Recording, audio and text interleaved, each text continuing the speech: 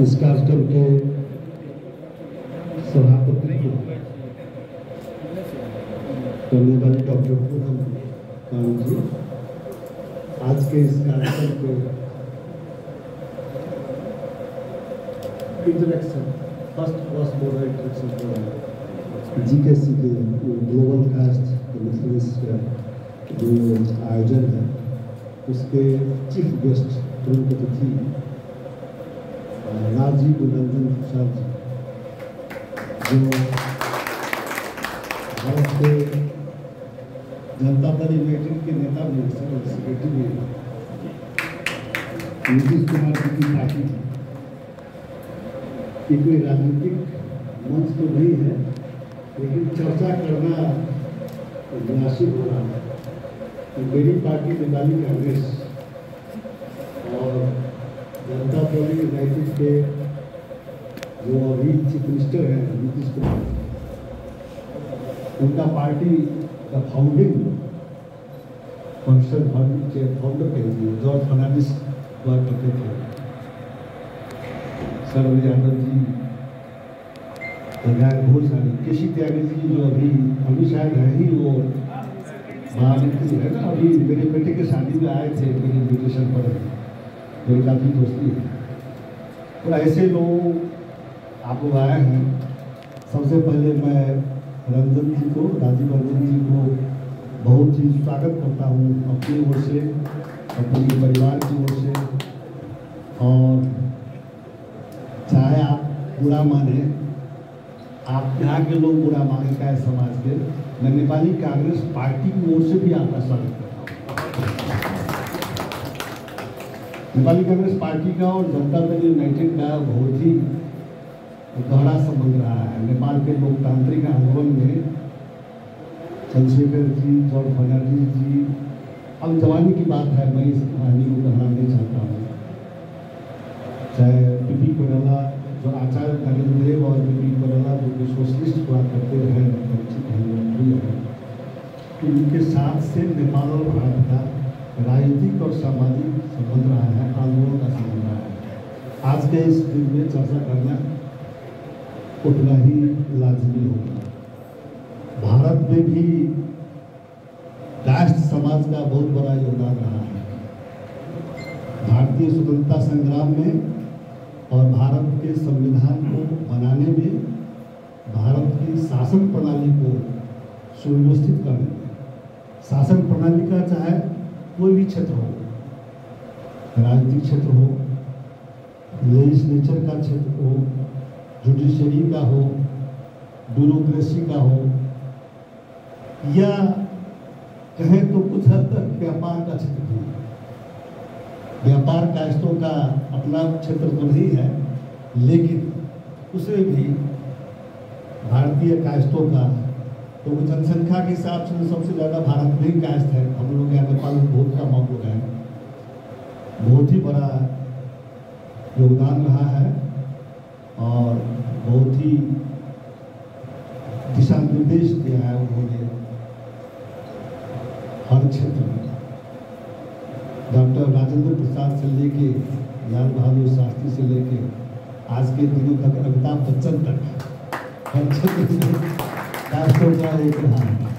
इतना ही नहीं, न्यायपालिका के क्षेत्र में, सेना के क्षेत्र में रहा है। हमारे यहाँ भी अनिल सिन्हा जी हैं, नेपाल के राजनीति में गिरीश चौधरी जी हैं, जो न्यायपालिका में पहले सुप्रीम कोर्ट तक जा चुके हैं। राजनीति करीब हमारे बहुत सारे मित्र हैं यहाँ नेपाली कांग्रेस में ही नहीं, बहुत पार्टियों में है। कांग्रेस पार्टी में, जनता समाजवादी पार्टी में, लोकतांत्रिक समाजवादी पार्टी में विशेष दिया है। हम लोग स्टूडेंट लाइफ से नेपाली कांग्रेस में रहे, अभी ताई प्रदेश लोकतांत्रिक पार्टी को फिर से उन्होंने पुनर्जीवित किया है नेपाल में। तो नेपाल में भी कायस्तों का, चाहे राजनीति का क्षेत्र हो, चाहे न्यायपालिका का क्षेत्र हो, चाहे कर्मचारियों का, ब्यूरोक्रेसी का क्षेत्र हो, अब तो व्यापारियों का क्षेत्र। एक व्यक्ति को मैं यहाँ नहीं देख रहा हूँ, जिनको मैं जानता हूँ, जिनका उनका सीमेंट फैक्ट्री है कायस्थ का, तो इसलिए व्यापार के क्षेत्र में भी है। और कला और गीत और पत्रकारिता के क्षेत्र की बात ही छोड़ दी, शिक्षण पेशा की बात ही छोड़ दी, बहुत सारे क्षेत्र है। इसलिए भारत और नेपाल में कास्टों का एक बहुत बड़ा जमात है। लोग कहते हैं कि कास्ट संगठित नहीं होते हैं, लोग कहते हैं कि कास्ट, लेकिन संगठन का एक अलग परिभाषा भी है। एक संगठन होता है जिसमें मिलिट्री रूल की तरह डिसिप्लिन होती है, दूसरा संगठन होता है जिसमें आपसी सद्भाव, मैत्रीपूर्ण एक दूसरे को मदद करनी होती है। कम से कम इस मामले में कास्ट समाज हो आगे बढ़ेंगे, ऐसा मुझे लगता है। मुझे बड़ी खुशी हुई है, मुझे पता नहीं था यहाँ भी ग्लोबल कास्ट कॉन्फ्रेंस का कोई चैप्टर है। पूनम जी हैं, कल राजीव जी जब एयरपोर्ट से आए तो सीधे मेरे घर में पहुँचे। मैं बहुत ही आभारी हूँ कि आप मेरे घर पर आए। आपका पूरा टीम, आपकी पत्नी, आपकी बेटी अखिलेश जी और बहुत सारे लोग, पूनम जी, नितेश जी, बहुत सारे लोग कल मेरे घर पर एयरपोर्ट से आते ही आए। मैं बहुत ज़्यादा स्वागत नहीं कर पाया, सिर्फ चाय पिला पाया, आम का पना खिलाया और आपको विदा कर दिया। आपने कल मुझे कहा कि आज के कार्यक्रम में जरूर आइएगा, इसलिए ऐसे बहुत सारे बहस तर्क, बहुत प्रोटोकॉल की जरूरत नहीं थी। हमारे लोग, यहाँ के लोग बहुत, मुझे पता है बहुत बातचीत चली प्रोटोकॉल की, तो कह रहे भाई कि सब कोई प्रोटोकॉल की बात नहीं है। राजीव जी आए हैं और वो एक दूसरी बात, अब मैं तो जनकपुर से हूँ, जनकपुर में राजा जनक की प्राचीन नगरी है, मिथिला देश की राजधानी है। हम लोग मिथिला संस्कृति के हैं, हम लोग अतिथि देवो भव मानते हैं। इसलिए आप यहाँ जब आए तो मेरे लिए कोई प्रोटोकॉल की बात नहीं, इसलिए मुझे मेरी भाभी पूनम यहाँ कहा, मैं बस आपका इस कार्यक्रम में सहभागी हूँ, इस कार्यक्रम में दर्शक हूँ, मैं अतिथि नहीं हूँ। अतिथि तो जो बाहर के लोग होते हैं वो होते हैं, मैं तो घर का हूँ, यहाँ का घर के लोग तो host. I am not guest, I am host, इसलिए मैं होस्ट हूँ आप लोगों को। आप सभी लोग जो भारत से आए हैं उन सभी को, या दूसरे किसी देश से अगर हैं यहाँ, उन सभी को मैं पूरी ओर से स्वागत करता हूँ। और मैं आप सभी को जो यहाँ ग्लोबल कास्ट चैप्टर कॉन्फ्रेंस के चैप्टर के जो लोग पदाधिकारी लोग हैं, मुझे पता नहीं था यहाँ का चैप्टर है, कल आपके आने से ही पता चला। और अगर मेरा उस चित्रकूट समाज यहाँ है, हम लोग जाते हैं चित्रकूट समाज, चित्रकूट मंदिर बना हुआ है, यहाँ बहुत सारे लोग हैं चित्रकूट समाज से जुड़े हुए हैं, जनकपुर में भी है, यहाँ भी है। हम लोग चित्रकूट का कोई कार्यक्रम होता है तो हम लोग सब परिवार उसमें भाग लेते हैं, जाते हैं। बहुत देर नहीं रह पाते हैं, लेकिन फिर भी अपनी अवघोषित कहूँ या अनाधिकारिक सदस्यता वहाँ जो है दर्ज करता हूँ। भाई हम लोग आए हैं, कास्ट है, कास्ट होने में गर्व भी है। लॉकडाउन जब हुआ था, घर में बैठा था, तो लॉकडाउन की अवस्था में सीरियल देखा करता था, बहुत सारे सीरियल देखा, रामायण देखा, महाभारत देखा, राधा कृष्ण देखा, देवों के देव महादेव देखा, पौरस देखा, सिकंदर और गोरुल का जो था उसको देखा। उसके बाद में ये अभी महाभारत के साथ साथ उसके बाद एक नया सीरियल देखा, नया। मेरा बेटा अविरल, डॉक्टर अविरल है, उसकी शादी अभी हुई है, उसके बगल में मेरी बहू बैठी हुई है। तो अविरल ने मुझे बताया कि डैडी एक अच्छा सीरियल है, वो आप देखा है आपने? कौन सा सीरियल? तो कहा कि धर्मछत्र, नहीं देखा है तो उसको जरूर देखिए। अच्छा कुछ होगा। धर्मछत्र को मैंने जब देखा तो धर्मछत्र सीरियल में पूरा देख नहीं पाया हूँ, बहुत सारा कितना मोर देन 300 एपिसोड है शायद, तो देख नहीं पाया हूँ, टाइम का बहुत कम मिलता है। लेकिन थोड़े से देखने से झलक मिल जाती है ना, झलक जिसको कहते हैं। उसमें धर्मछत्र, महाभारत में तो महाभारत युद्ध हुआ, महाभारत में पांडव जीता, कौरव हारा, उसमें किसका कौन सा रोल था, भूमिका थी? कौरव के साथ भीष्म पितामह थे, उसका क्या था भूमिका, कुंती का क्या भूमिका था, कर्ण का क्या भूमिका था, अर्जुन का क्या था, कृष्ण क्या था, भीम का क्या था, ये सब हम लोग महाभारत का जो व्याख्या करते हैं प्रवचन करता लोग हैं उनके मुँह से सुने हैं या पढ़ते समय पढ़े हैं, तो चलता है चलो भाई महाभारत हो गया, संपन्न हो गया, समाप्त हो गया।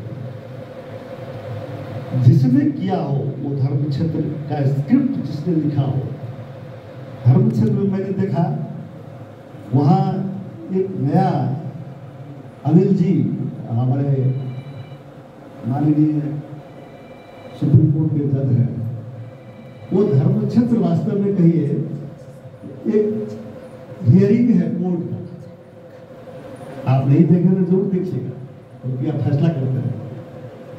वो धर्म क्षेत्र में कोर्ट किसका है जानते हैं? चित्रगुप्त का कोर्ट है, इसलिए चित्रगुप्त की अदालत है और चित्रगुप्त की अदालत में बारी बारी से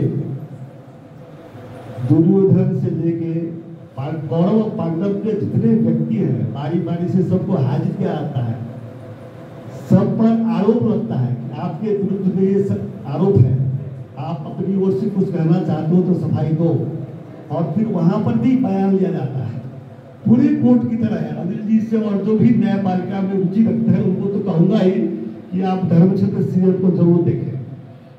और उसमें कोशिश ये की गई है कि जिसका भूमिका जो था उस समय में, क्या वो भूमिका सही था, और तब वह वहाँ के चित्रगुप्त और यमराज वो फैसला देते हैं कि आपका रास्ता नरक की तरफ है और आपका रास्ता स्वर्ग की तरफ है। तो चित्रगुप्त का ये इतना बड़ा आज के जमाने में नहीं, महाभारत रामायण काल के जमाने से चित्रगुप्त का एक अलग ही सुशासन का, व्यवस्था का, दंड और पुरस्कार का जो सामाजिक राजनीतिक प्रणाली है उसको संचालन करने का, संपादन करने का, अनुगमन करने का बहुत बड़ा दायित्व तो चित्रगुप्त का रहा है। हमें गर्व है कि हम कायस्थ चित्रगुप्त के संतान है। सबको कल्याण हो। आप सभी को स्वागत, सभी को शुभकामना। मैं अपनी बात यही अंत करता हूँ आज के लिए। और मैं यहाँ से हम लोग सब परिवार, यहाँ के लोगों को पता होगा ये ओशो तपोवन है एक अरुण स्वामी जी का, रजनीश का आश्रम है वो, हम लोग जाया करते हैं। आज चूंकि मुझे वहाँ जाना यहाँ के बाद निर्धारित है, आसाम का भोजन भी वही है इसलिए थोड़ा दूर पड़ता है, इसलिए मैं आप सभी से आपके कार्यक्रम में सहभागी होंगे। और फिर से राजीव रंजन जी को अब मैं अगली बार कहूँगा कि आप राजनीतिक यात्रा करने के लिए यहाँ आए, मेरे तरफ से स्टैंड बाय इन्विटेशन है। अभी तो राजनीतिक यात्रा के लिए मैं अभी से आपको निमंत्रण करता हूँ। अगली बार काठमांडू जाता है तो आपका स्वागत है। आप सभी आदि को भी अखिलेश जी मैडम जितने लोग आप लोग आए हैं वहाँ से सभी आप सभी लोगों को बहुत स्वागत है। धन्यवाद। जय नेपाल, जय भारत, जय GKC। बहुत बहुत आभार और हार्दिक कृतज्ञता मामा और के बीच आए तो हमारा सबके बहुत